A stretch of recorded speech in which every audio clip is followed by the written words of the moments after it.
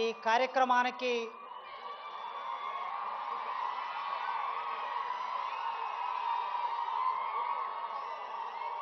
తెలంగాణ రాష్ట్ర ముఖ్యమంత్రి వర్యులు మా నల్లమల్ల ముద్దుబిడ్డ, పాలమూరు ముద్దుబిడ్డ రేవంత్ రెడ్డి గారికి ఉస్మానియా విశ్వవిద్యాలయం నిండు హృదయంతో స్వాగతం పలుకుతున్నది. వారితో పాటు మంత్రివర్గ సహచరులున్నారు, వివిధ హోదాల్లో ఉన్న పెద్ద మనుషులున్నారు, ఐఏఎస్ అధికారులున్నారు. అందరికీ పేరు పేరున స్వాగతం పలుకుతున్నాను. ఆర్ట్స్ కళాశాల తెలంగాణ రక్త మాంసాలతో నిర్మాణమైన ఆర్ట్స్ కళాశాల ముందు చరిత్రలో 1965లో ఈ దేశ ప్రధానమంత్రి ఇందిరాగాంధీ గారు ఈ ఆర్ట్స్ కాలేజీ మెట్లనెక్కారు. ఆ తర్వాత మొదటి ముఖ్యమంత్రి ఈ ఆర్ట్స్ కాలేజీ మెట్లెక్కారు రేవంత్ రెడ్డి గారు. చరిత్ర మౌనంగా ఉంటుంది, చరిత్ర సంభాషిస్తుంది, చరిత్ర ఒక్కొక్కసారి సంవాదం నడుపుతుంది. అలాంటి చరిత్రలో భాగమవుతున్న ముఖ్యమంత్రి వర్యులు ఎప్పుడో 25-30 ఏళ్ల కిందట గీతమ్మను ప్రేమించాడు, పెళ్లి చేసుకున్నాడు. కానీ ఈ మధ్య ఇంకొక అమ్మాయిని ప్రేమించాడు ముఖ్యమంత్రి గారు. విద్య అనే పేరు కలిగిన అమ్మాయిని ప్రేమిస్తున్నాడు. విద్య, వారు ప్రతి ఉపన్యాసంలో విద్య గురించి మాట్లాడుతున్నారు. నిన్న గ్లోబల్ సమ్మిట్లో కూడా విద్య గురించి మాట్లాడారు. ఆ విద్య అనే అమ్మాయిని ప్రేమిస్తున్నారు. ఆ ప్రేమ వారి గొంతులో ప్రాణం ఉన్నంత వరకు కొనసాగించాలని ఒక టీచర్గా కోరుకుంటున్నాను. మేము ఆగస్టు నెలలో మన విశ్వవిద్యాలయ వైస్ ఛాన్సలర్ గారు కుమార్ గారు నేను కలిసి ఒక అపాయింట్మెంట్ అడిగాం.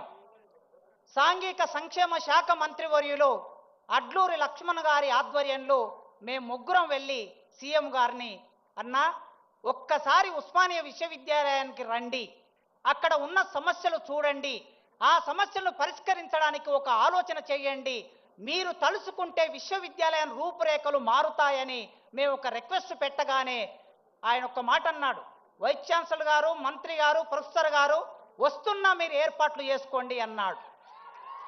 ఇచ్చిన మాట ప్రకారం మేము సభలు పెడితే మా దగ్గరికి వస్తే మేము వారికి ఓట్లు వేయించేది లేదు, మేము చందాలు ఇచ్చేది లేదు, మేము డబ్బులు ఇచ్చేది లేదు.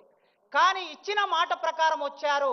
ఆగస్టు 25వ తారీఖు నాడు మన ట్యాగూర్ ఆడిటోరియంలో జరిగిన అద్భుతమైన సభలో వారు మా వీసీ గారు వెనక ముందాడారు డబ్బులు అడగడానికి.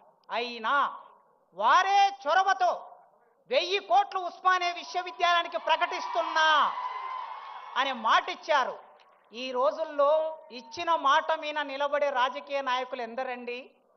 చాలామంది ముఖ్యమంత్రులు నేను 30 ఏళ్ల కాలంలో విద్యార్థి రాజకీయాల్లో ఇప్పుడు చూస్తూ ఉన్నాను.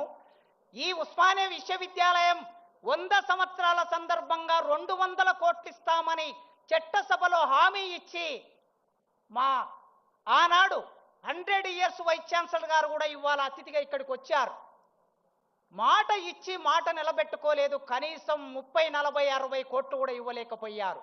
కానీ మొన్న మేము మళ్ళీ వెళ్ళినప్పుడు ఆయన అన్నాడు, 3 నెలల కాలం, ఆగస్టు నుంచి సెప్టెంబర్, అక్టోబర్, నవంబర్, ఇప్పుడు డిసెంబర్లో ఉన్నాం, 3 నెలల కాలంలో జీవో తీసుకొని, మీరందరూ వాట్సాప్ చెక్ చేసుకోండి, 1000 కోట్లకు సంబంధించిన జీవో తీసుకొని ముఖ్యమంత్రి గారు ఇక్కడికి వచ్చారు. ఇచ్చిన మాట నిలబెట్టుకున్న రేవంత్ రెడ్డి గారికి ఒక టీచర్గా, విశ్వవిద్యాలయం ఒకప్పటి విద్యార్థిగా, ఈ విద్యార్థి లోకం 40,000 మంది ఈ యూనివర్సిటీలో చదువుకుంటున్నారు. మీ అందరి తరపున వారికి వందనాలు తెలియజేస్తున్నా. ఇక మిగిలింది 1000 కోట్లతో అందమైన భవనాలు 24 నెలల్లో వారు అనుకుంటే నిర్మాణం జరుగుతుంది. జీవో ఇచ్చారు గనక, డబ్బులు వచ్చాయి గనక 24 నెలల్లో ఇంజనీర్ల పని పూర్తి చేస్తారు. కానీ అన్నా, రేవంత్ అన్నను నేను మొదటి నుంచి అన్న అని పిలవటం నాకు అలవాటు. 20 ఏళ్ల నుంచి మా స్నేహంలో భాగంగా అన్నా అనే సీఎం గారు, అన్నా భవనాలు వచ్చిన తర్వాత భవనాల్లో నాణ్యమైన విద్యను బోధించే అధ్యాపకులు కావాలన్న మాకు. మా దగ్గర 1000 పోస్టులు ఖాళీగా ఉన్నాయి. ఇప్పటి వరకు 15 సంవత్సరాల కాలంలో ఒక్క పోస్టు కూడా భర్తీ కాలేదు. మా విద్యార్థులు మీరెప్పుడు అంటూ ఉంటారు, నాణ్యమైన విద్య కావాలంటారు. నాణ్యమైన విద్య కావాలంటే నాణ్యమైన విద్య బోధించే అధ్యాపకులు కావాలి. ఈ వేదిక మీద నుంచి నేను సవినయంగా కోరుకుంటున్నా, అధ్యాపకుల రిక్రూట్మెంట్కు సంబంధించి ఒక 15 రోజుల్లో మీరు ప్రాసెస్ మొదలు పెడతారని, మీరు మాట ఇస్తారని కోరుకుంటున్నాను. తప్పనిసరిగా చివరికి ఒక్క మాట చెప్పి ముగిస్తా. మేము మొన్న వీసీ గారు నేను వెళ్ళాం ఈ సమావేశానికి ఆహ్వానించడానికి. వారే ఒక మాట అన్నారు, ప్రొఫెసర్ గారు ఢిల్లీలో జేఎన్యూ ఉన్నది, మరొక చోట ఆక్స్ఫోర్డ్ ఉన్నది, ఇంకొక చోట స్టాన్ఫోర్డ్ ఉన్నది. ప్రపంచంలో ఈ విశ్వవిద్యాలయాల పేర్లు చెప్పుకుంటున్నారు. మరి తెలంగాణలో హైదరాబాద్ నగరంలో 100 సంవత్సరాలు పూర్తి చేసుకున్న ఈ ఉస్మానియా విశ్వవిద్యాలయం పేరు వాటిలాగా చెప్పుకోవాలి కదా అన్నారు. చాలా మంచి మాట చెప్పారు వారు. ఆ మాట వారే చేయగలరు. ఖచ్చితంగా ఈ ఉస్మానియా విశ్వవిద్యాలయం నాకు 16 సంవత్సరాల సర్వీస్ ఉన్నది. మీరు ఇంకొక 1000 మందిని భర్తీ చేస్తే వాళ్ళు 30 ఏళ్ళు పనిచేస్తారు. రాజకీయ నాయకుల జోక్యం లేకుండా, ఎమ్మెల్యేల జోక్యం లేకుండా, ఎంపీల జోక్యం లేకుండా, మంత్రుల జోక్యం లేకుండా పూర్తిగా సెలక్షన్ కమిటీకి వదిలేయండి. తప్పనిసరిగా నాణ్యమైన ప్రొఫెసర్లను భర్తీ చేసే బాధ్యత మా యూనివర్సిటీ వైస్ ఛాన్సలర్ కుమార్ గారు తీసుకుంటారు. ఈ విశ్వవిద్యాలయాన్ని మీరు 2047 అన్నారు కదా, ఆ 47 కాదు 2037. ఇవాళ 25 ఉన్నాం, 35కి వచ్చే నాటికి ఈ విశ్వవిద్యాలయం రూపురేఖలు మీ నాయకత్వంలో మార్చగలం. ఆ హామీ ఇస్తూ నాకు ఈ అవకాశం ఇచ్చిన మీకు వందనాలు తెలియజేస్తూ ముగిస్తున్నాను. Thank you. తెలంగాణ అంటేనే ఒక గ్లోబల్ అప్రోచ్. మరి స్టాన్ఫోర్డ్ లాంటి ప్రపంచ స్థాయి యూనివర్సిటీ స్థాయికి కేవలం 10 ఏళ్లలో ఎదిగేందుకు ఆనరబుల్ సీఎం గారి అండదండలు ఆశీర్వచనాలు కావాలని చెప్పారు ప్రొఫెసర్ కాసిం గారు.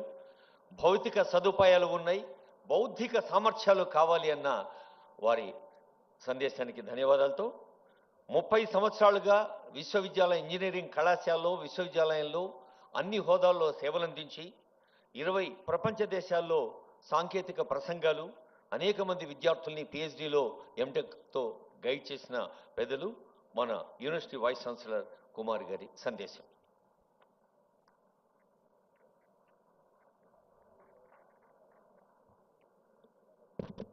అందరికీ నమస్కారం. ఉస్మానియా విశ్వవిద్యాలయ icon arts college building Telangana రాష్ట్ర అస్తిత్వ చిహ్నం, ప్రత్యేక తెలంగాణ రాష్ట్ర ఉద్యమ కేంద్రం, ఉద్యమాలే కాదు ఉపాధి అవకాశాలకు అడ్డా.